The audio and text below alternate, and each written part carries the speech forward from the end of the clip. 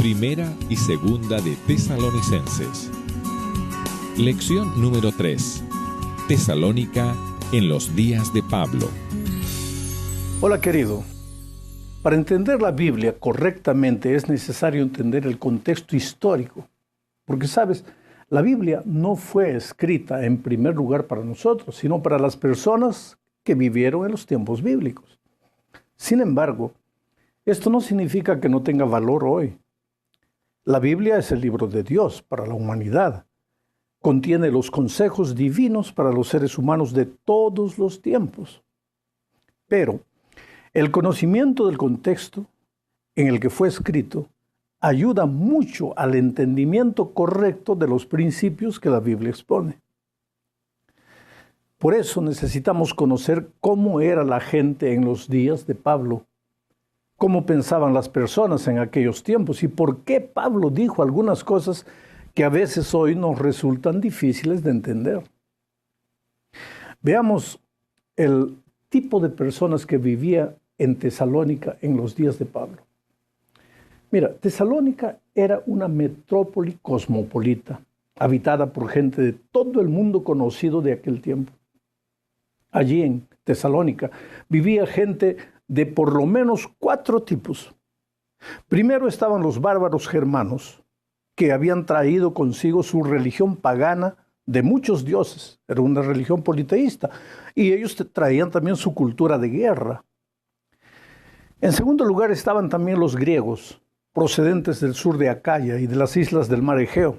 Estos griegos aportaron su elegancia, su filosofía, porque la filosofía de ellos impregnaba todas las actividades que ellos hacían. Un tercer grupo de personas que vivían en Tesalónica estaba formado por los romanos del Oriente. Por lo general eran soldados jubilados ya, que habían llegado a Tesalónica aportando su fuerza de voluntad, riqueza, poder político, influencia y otras cosas parecidas. Finalmente los judíos también llegaron en gran número desde el Medio Oriente.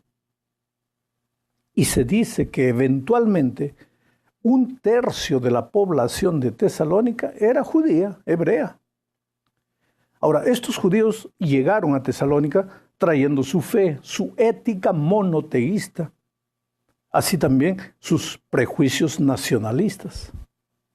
De manera que te puedes dar cuenta que Tesalónica era una metrópoli con gente de variadas culturas, variadas líneas de pensamiento. Pero no era solo eso, sino que también había un fenómeno político que creaba una especie de cultura de rebeldía interior en el corazón de los tesalonicenses. Te voy a explicar bien. Sucedió que cuando el imperio griego empezó a desmoronarse después de la muerte de Alejandro el Grande, los tesalonicenses aceptaron someterse voluntariamente al poder romano. Pero esta aceptación no fue fácil, porque hubo una especie de guerra civil entre ellos. Unos pensaban que les convenía seguir siendo griegos independientes, mientras que otros pensaban que era mejor someterse al poder romano que se venía con todo. Esta segunda posición fue aceptada después de una lucha interna, pero dejó por lo menos 3 heridas abiertas.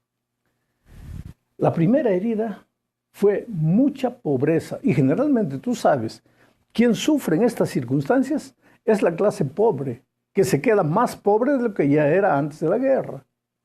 Segundo, Roma, como que homenajeando el sometimiento fácil de Tesalónica, les dio libertad.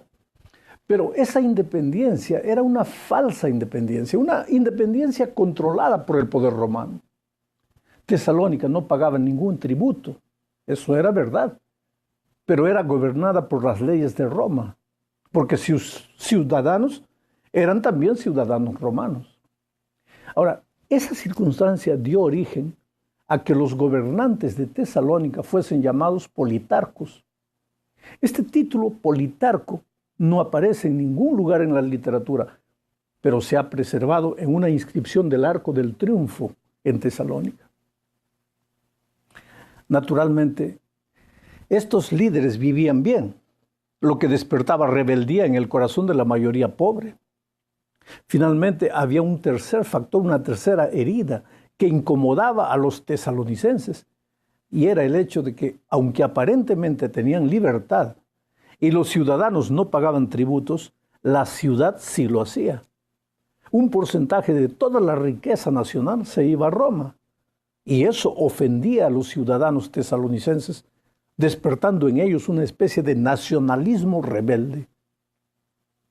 Bueno, todos estos factores son importantes que nosotros conozcamos para entender por qué Pablo muchas veces escribió lo que escribió a los tesalonicenses. Un segundo aspecto que debemos conocer con relación a la cultura de Tesalónica tiene que ver con la religión. Mira, había una multiplicidad de creencias y religiones, pero debido a la opresión romana en la que vivían, empezó a desarrollarse un movimiento religioso llamado culto a Cabirus. ¿Quién había sido Cabirus? Aparentemente un héroe que había sido asesinado por sus hermanos. La tradición decía eso. Había sido una especie de mártir traicionado, un defensor del pueblo. Según la tradición tesalonicense, este Cabirus había resucitado o habría resucitado después de algunos días y de vez en cuando aparecería con frecuencia para ayudar a los tesalonicenses más pobres. Más tarde, cuando se inició el culto al emperador Augusto, los tesalonicenses pensaban que Cabirus se había encarnado en la persona del César. Pero a medida que sus esperanzas quedaban frustradas por las actitudes egoístas del César, la esperanza de la gente fue quedando como que en el vacío. Eso, de alguna manera, creó una situación propicia para aceptar a Jesús. Por eso mucha gente que no era judía aceptó con facilidad a Cristo. Porque Jesús venía a llenar el vacío de la tradición que la tradición de Cabirus no había llenado. Pero esto también generó un peligro, porque en aquel tiempo no adorar al emperador, y recuérdate que mucha gente pensaba que Cabirus era el emperador, en aquel tiempo no adorar al emperador era traicionarlo. Y traicionar al poder de Roma en aquel tiempo era un suicidio prácticamente. Y el cristianismo, aunque llenaba el vacío del corazón de la gente, por toda esta razón comenzó a ser considerado una especie de religión de rebeldía al poder de Roma. Tú te das cuenta que la tradición de Cabirus de alguna manera ayudó, pero de alguna manera también dificultó las cosas. Bueno, en la tercera parte vamos a leer primera a los Corintios capítulo 9, versículos 22 y 23. Dice lo siguiente: me he hecho débil a los débiles para ganar a los débiles. A todos me he hecho de todo, para que de todos modos salve a algunos. Y esto hago por causa del Evangelio, para hacerme copartícipe de él. En este texto podemos ver la increíble capacidad de Pablo de adaptarse a las personas con las cuales trabajaba. Él no predicaba simplemente por predicar, no. Él tomaba el Evangelio y lo adaptaba a la cultura de las personas con las cuales trabajaba. Permíteme imaginar a Pablo llegando a Tesalónica y hablando de la siguiente manera. Yo voy a colocar las palabras en la boca de Pablo. ¿Oyeron ustedes hablar de Cabirus? Al decir esto, todas las personas prestaban atención porque todos abrigaban de alguna forma la esperanza de la llegada de Cabirus, el héroe libertador. Pero entonces, cuando la atención de las personas ya se había despertado, Pablo presentaba a Jesús como el verdadero libertador y el único capaz de llenar el vacío del corazón del alma. Por eso tuvo éxito Pablo en Tesalónica. Él no llegó combatiendo las ideas del pueblo, sino que tomó sus creencias y a partir de allí los condujo a la verdad. Trayendo la lección para nuestros días, por ejemplo, ¿cómo podemos atraer la atención de una persona que adoró a la Virgen María toda su vida? ¿Vamos a atraer la atención de esa persona justamente hablando mal de la Virgen María o diciendo que no se la debe adorar? Claro, la verdad es una cosa, pero ¿cómo debe ser usada la verdad? Con inteligencia. ¿O cómo podemos ganar la confianza de un devoto del Papa, justamente hablando mal de él. Necesitamos acercarnos de las personas como quien las ama, y porque las personas son la cosa más linda que Dios tiene en esta tierra y debemos amarlas y respetar su manera de pensar, su manera de creer. Debemos acercarnos de las personas para hablar de los puntos que tenemos en común. Necesitamos respetar las ideas de las personas si deseamos ganarnos el cariño de ellas para que acepten a Jesús. Hablemos ahora de cómo los filósofos de los tiempos de Pablo trabajaban. Mira, las calles de Tesalónica en aquellos tiempos se transformaban a partir de una determinada hora del día en foros públicos. Un grupo por aquí, otro por allá. A veces parecía un loquerío. Todos deseaban ser oídos. Los filósofos y maestros de aquellos tiempos deseaban ganar discípulos porque vivían de las ofrendas que los discípulos les daban. Bueno, Pablo también usó el método de predicar en la calle y en las plazas. Pero eso era común en aquellos días, solo que Pablo era diferente.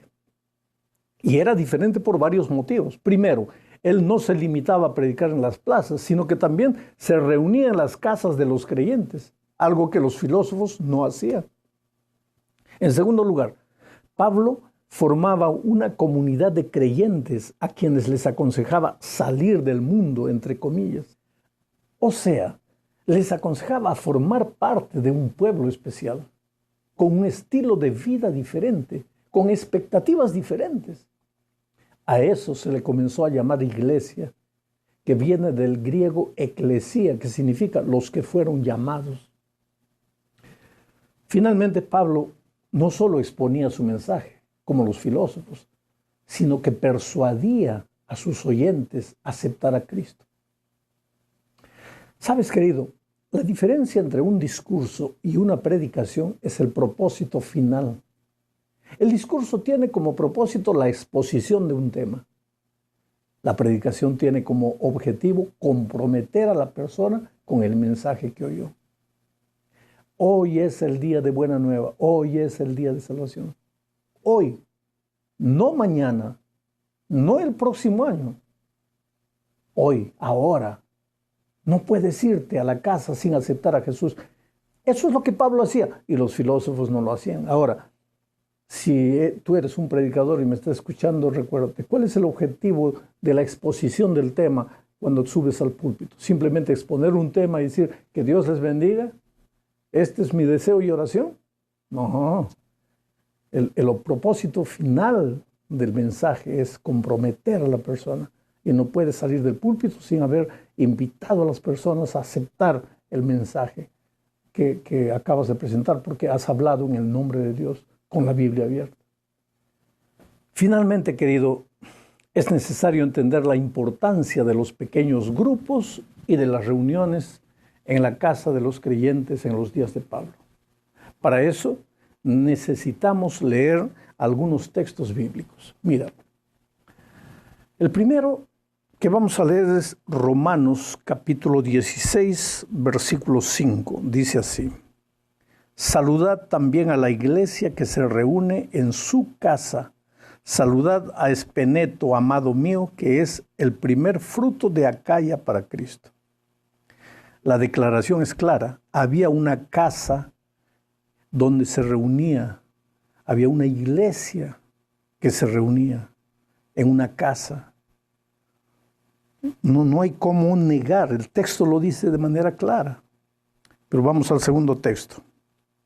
Es 1 Corintios capítulo 16, versículo 19. Las iglesias de Asia os saludan. Aquila y Priscila, con la iglesia que está en su casa, os saludan mucho en el Señor. Aquí vemos que existía una iglesia que se reunía en la casa de Aquila y Priscila. Un último texto, aunque hay muchos otros, pero no los vamos a leer. Ya este es el tercer texto que estoy leyendo. Colosenses capítulo 4, versículo 15, dice así: saludad a los hermanos que están en la Odisea, a Ninfas y a la iglesia que está en su casa. ¿Ves? En la casa de Ninfas, en la Odisea, también había una iglesia. Bueno, querido, el hogar, la familia, era el núcleo del sistema social greco-romano y estaba conformado por una serie de lazos y relaciones consanguíneas. A veces esas relaciones eran laborales, geográficas. En esos tiempos a todo eso se le denominaba el oikos. Era la célula, el núcleo de organización del gobierno romano. Los discípulos, los apóstoles, tomaron esa manera de ser, de pensar de los romanos. Pero no lo hicieron porque los romanos lo hacían, lo hicieron porque Dios los inspiró a hacer eso. Ellen G. White hoy dice así: el trabajo en pequeños grupos como base para cualquier esfuerzo misionario me fue mostrado por alguien que no puede errar. Y la palabra de Dios lo confirma. Los pequeños grupos no son idea humana. Los pequeños grupos son el método que Jesús tenía para que su iglesia, a medida que fuese creciendo, se permaneciese unida. Y te explico un poco lo que estoy diciendo. En una iglesia de 3,000 miembros, en una iglesia, vamos a decir, de 1,000 miembros, de 800 miembros, querido, pocos conocen a pocos.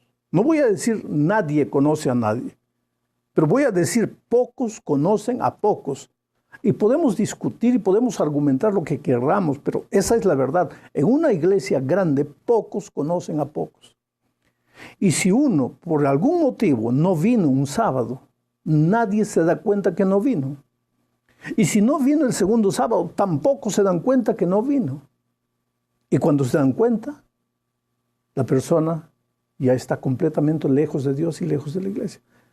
Pero cuando la iglesia está organizada en pequeños grupos, mira, si uno no viene, 11, 12 se dan cuenta que no vino. Y pueden extenderle los brazos y pueden ayudar a esa persona. Por otro lado, en una iglesia de 800, ¿cuántos van a participar activamente? 50, 100 y el resto. Y quien no participa más tarde o más temprano se desanima. Por otro lado, en una iglesia de 1,000 miembros, ¿quién se atreve a hablar? Y hay mucha gente que ve cosas incorrectas en la iglesia, quisiera hablar, pero no habla. Entonces va guardando y su corazón un día explosiona y sale. Pero en un grupo de 12 personas, cuando la persona ve algo que no está de acuerdo, habla. Por lo tanto, la mejor manera de evangelizar al mundo, la mejor manera que la iglesia viva es organizada en pequeños grupos.